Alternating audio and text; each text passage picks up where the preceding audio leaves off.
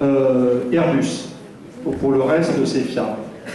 Là, il y a une vérification à faire, absolument. D'accord. La deuxième question, c'était de savoir, vous dites que la France, finalement, Et c'est rare qu'Hervé se trompe dans ces cas. Donc, elle est politiquement au centre, puisqu'on fait du centre droit ou du centre gauche, mais on est toujours au milieu. Moi, j'ai pas entendu le début de la question.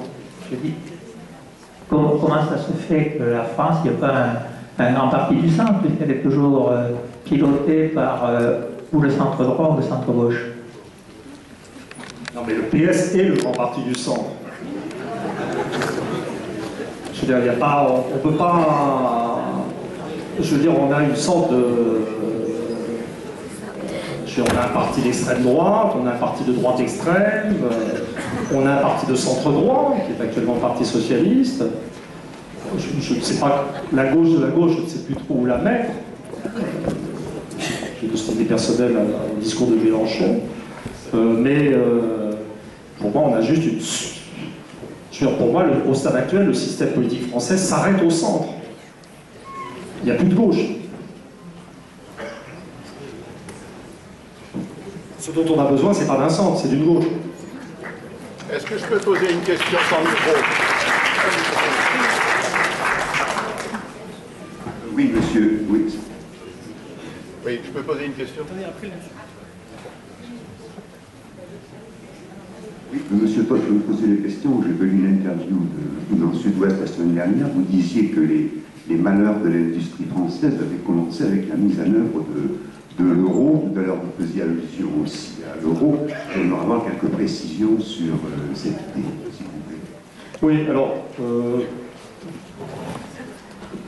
c'est la politique du franc fort avant même l'euro. C'est-à-dire que, on en parle un peu dans la conclusion, c'est-à-dire que, comment dire, la politique d'imitation d'une monnaie forte à l'allemande, d'imitation du mark en fait, a commencé pratiquement avec le tournant de la rigueur sous Mitterrand. Alors donc l'idée c'était quoi? L'idée d'une monnaie forte. Bon, la tradition française en termes de gestion monétaire, c'est bon, la France existe et la France n'est pas une société où des corps intermédiaires sérieusement constitués peuvent négocier le coût du travail. Et donc, on est une société qui a un fond anarchique, bordélique, où personne ne peut discuter avec personne. On est comme ça. Quelquefois, on n'est pas ce qu'on veut, on est ce qu'on est. Et donc, en France, donc on n'arrive pas à se mettre d'accord pour des politiques de modération salariale. Donc, on a un problème de coût du travail qui augmente par rapport à l'Allemagne, où là, eux, leur problème, c'est qu'ils n'arrivent pas à se mettre en désaccord. En fait. Le problème de l'Allemagne, c'est l'absence de désaccord, qui quelque part par les paralyser. Et donc, la solution française traditionnelle à ça, c'était la dévaluation. La dévaluation, c'est la monnaie baisse, le coût du travail baisse. En plus, la dévaluation, c'est une gestion de gauche du coût du travail, puisqu'il n'y a pas que les revenus, il n'y a pas que les salaires qui baissent en relatif, c'est la société solidaire flotte vers le bas. Et ça permet de faire face, de relancer les exportations. Alors, évidemment, l'idée de la politique du franc fort, au départ, c'était de sortir de ce mécanisme perçu comme infernal, mais très adapté au tempérament national, et de se dire, non, on ne va pas marcher comme ça, on va forcer les industries à évoluer vers le haut, à évoluer en gamme, à l'allemande, à être de plus en plus performance en termes de coût du travail et en termes de qualité des exportations. Et donc, c'est un truc, c'est assez magique. Hein. Au Moyen-Âge, vous aviez des mecs qui pensaient qu'avec des formules magiques et des mots, on pouvait fabriquer de l'or. Donc là, vous avez des mecs qui disent, on va faire une politique monétaire différente et le monde industriel va changer. Et donc là, non, on ne va pas aider les entreprises à s'ajuster en douceur au coût du travail, en faisant filer à la baisse le coût du travail par la dévaluation. On va leur laisser une monnaie forte et il va falloir qu'elles trouvent les solutions, soit, je veux dire, en faire rentrer dans le rang la force de travail, en acceptant freinage des salaires, soit inventer des produits géniaux tout de suite, et plus concurrentiels, etc. Donc évidemment, on a fait la politique monétaire. les ouvriers français et les patrons français sont restés ce qu'ils étaient, c'est-à-dire incapables de s'entendre, et donc les salaires ont continué à filer à la hausse. Et puis les innovations industrielles et technologiques, elles ne se sont pas passées parce que les industries françaises au nord-est, elles étaient exactement dans les régions où il n'y avait pas de structure souche de type allemand, où il n'y avait pas de tradition artisanale. En France, il y a une sorte de dissociation de l'industrie et des structures souches. Alors qu'au Japon, en Allemagne, c'est superposé. Enfin, il y a toutes sortes de raisons anthropologiques. Et donc, le résultat, c'est qu'on a obtenu la destruction du tissu industriel français. Et fondamentalement, c'est ça l'histoire. Mais c'est une erreur, comment dire, c'est comme ça qu'on a, je dirais, obtenu cette carte de la désindustrialisation. C'est pas juste un phénomène naturel, c'est un processus de destruction qui a été assez... Pour une part, il y a le reflux normal des activités industrielles dans une société post-industrielle où l'industrie est plus productive, en fait, par travailleurs, mais c'est aussi le résultat d'une politique monétaire conduite depuis des années et aboutie et déclarée irréversible, finalement, elle ne l'est pas, mais avec l'idée de la rendre irréversible par la constitution ou l'invention de l'euro, mais, comment dire, en fait, c'est un véritable drame historique, je veux dire, qui a été provoqué par une méconnaissance des processus anthropologiques, sociaux, historiques. C'est tout à fait extraordinaire ce qui s'est passé. C'est pour ça que c'est difficile d'en sortir. Je veux dire, s'il faut, il y a un problème aveu d'erreur, aveu d'incompétence, aveu d'inculture, aveu de manque de bon sens. C'est tout à fait extraordinaire. Et voilà. On va prendre une dernière question, parce que l'heure a bien avancé. En novembre 1995, dans une préface à votre ouvrage sur l'invention de l'Europe, vous écriviez ceci, je vous lis, « Légitime et nécessaire dans les années 45-80, le projet européen ne mène plus aujourd'hui à la paix. Il pourrait, dans les années qui viennent, conduire au contraire à la remontée entre les peuples de sentiments hostiles qui n'existaient plus vers 1980. » J'aimerais savoir, 18 ans après, quel constat vous faites de cette réflexion?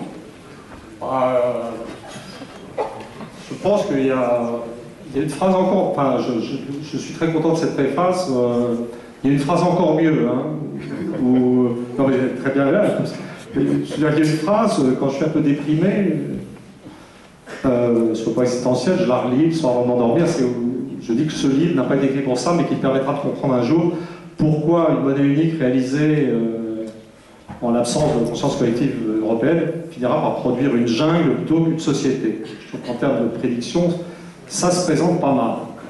Disons que je suis triste pour l'Europe, je suis triste pour la France, triste pour l'Allemagne, triste pour l'euro, mais moi, ma réputation est assurée. Pour moi, mais donc, je veux dire, comment dire, là, bon, au niveau subjectif, je pense que c'est évident que les politiques d'austérité sous contrôle allemand, la montée de l'hostilité à l'Allemagne, c'est un fait. Bon, les Français restent assez sympas, assez cool dans cette histoire. Mais en Grèce, en Italie, en Espagne, au Portugal, c'est fait. L'Allemagne est perçue comme une menace, on y est revenu. Mais je dirais qu'à un niveau plus profond, c'est, là je reviens à votre citation, il était question de la guerre. Et donc c'est assez rigolo parce que les européistes, je ne sais plus comment les appeler maintenant, parce que les partisans de l'euro, je ne sais plus comment les appeler. Avant, j'étais très hostile, j'étais très militant. Je ne le suis plus, hein, vraiment. Je suis plutôt dans un truc de compassion vis-à-vis des types qui doivent gérer ce monstre qu'ils ont fabriqué. Et vraiment, ils font la peine, plutôt. Enfin, je ne suis pas... mais le discours, quand même, est beaucoup un discours sur « Ah, c'est affreux, là, on doit éviter que la guerre recommence, si M. Todd est germanophobe, je suis l'un des rares mecs dans ce pays qui respecte vraiment l'Allemagne dans son histoire, et la guerre va revenir. » Et en fait, ils n'ont pas compris qu'on était déjà en guerre. Mais la guerre, maintenant, elle est économique. L'Europe est devenue un espace d'affrontement économique. Hein? et de destruction des industries du voisin. Et ça, c'est à cause d'une erreur, si vous voulez, une erreur, encore une fois, une erreur, je veux dire, la réflexion historique, sociologique, anthropologique, même économique, ça existe. Et il y a des choses qu'on peut comprendre. Et on peut comprendre que des projets ont été élaborés à partir d'erreurs. Donc voilà, le discours commun en Europe, c'est qu'il y a la globalisation, la mondialisation, nous sommes modernes, nous voyons bien que la concurrence internationale est terrible. Déjà, les États-Unis étaient gros, mais la Chine est encore plus grosse, et nous devons nous unir entre Européens pour être gros. Hein? On doit sentir que j'essaie de me mettre au régime, mais que j'y arrive pas. C'est l'usage excessif du mot gros. Mais, bon, et donc, mais c'est le sens commun, l'union fait la force. Et donc, mais c'est parce que dans la perception commune de la globalisation, on pense les pays avancés contre les émergents, avec dans les pays émergents un coût du travail très bas, et donc il faut s'unir, les Chinois, les Indiens, etc. Mais ceux qu'on a, et donc parce que le coût du travail est beaucoup plus bas, mais j'ai vu la lumière un jour, moi aussi je pensais comme ça, j'ai tout à fait partie des mecs qui comprenaient rien, il n'y a pas de problème, ça ne me gêne pas de dire que j'y comprenais rien. Et un jour en lisant un bouquin sur l'adaptation allemande à la globalisation, j'ai fini par piger le truc. C'était dans un papier conclusif d'un livre collectif, c'était par Patrick Artus. Vous savez, c'est un économiste assez doué. C'est un économiste bancaire, donc il va se manifester par des prévisions fausses. Il va toujours dire qu'on sort de la crise, que ça va mieux, mais c'est la fonction, forcée, hein, quand on est dans le secteur privé ou dans l'État. Puis en tant que chercheur, il fera des livres où il dira que ça va être affreux, et il sera dans l'objectif. Et là, il posait la question, dans ce livre collectif, est-ce que les Allemands ont fait cette politique de compression du coût du travail d'Europe? Est-ce qu'ils ont bousillé les économies françaises, italiennes et autres? Est-ce qu'ils ont fait ça de façon consciente ou est-ce que c'est arrivé juste comme ça, par hasard, parce qu'ils étaient dans une truc? Et ce qu'on trouvait dans ce livre, c'est cette idée tout à fait fondamentale, c'est que si dans un pays comme l'Allemagne, vous faites baisser le coût du travail de 20%, ce qui était le projet, c'est évident que ça ne vous donnera aucun avantage supplémentaire par rapport aux Chinois, où le coût du travail est 20 fois moindre. En Chine, 20% d'amélioration du coût du travail, c'est forcément dirigé contre les partenaires. C'est forcément dirigé contre la France et les Italiens. Il n'y a pas de problème. Et tout d'un coup, je me suis dit, ben, c'est la même chose en Asie. Quand on accuse les Chinois de manipuler leur monnaie, je veux dire, contre les Américains, c'est une énorme erreur. Les Chinois, ils manipulent leur monnaie contre les Thaïs, contre les Indonésiens, contre les Vietnamiens. Donc, la compétition se fait entre pays émergés, anciens, et entre pays émergents. C'est ça le drame de la globalisation. C'est que c'est vrai que c'est la guerre de tous contre tous, et comme il s'agit de réaliser un minimum d'équilibre ou même d'excédent commercial, la façon la plus simple de le faire, c'est en tapant sur ceux dont on est les plus proches.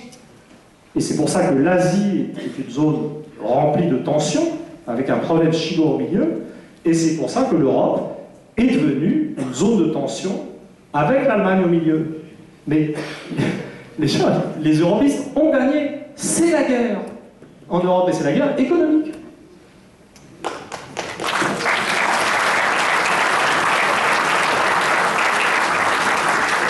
Bien, je crois qu'on a un immense remerciement à vous adresser, Monsieur Todd.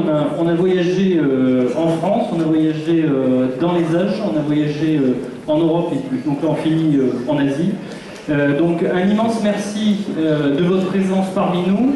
Je vous rappelle qu'il y a une séance de dédicace en sortant avec notre partenaire, la librairie Délivrez-nous. Et je vous donne rendez-vous pour ceux qui veulent, mais pas tous s'il vous plaît, à 19h au premier étage, pardon, de Maître Canter. Voilà, merci à vous.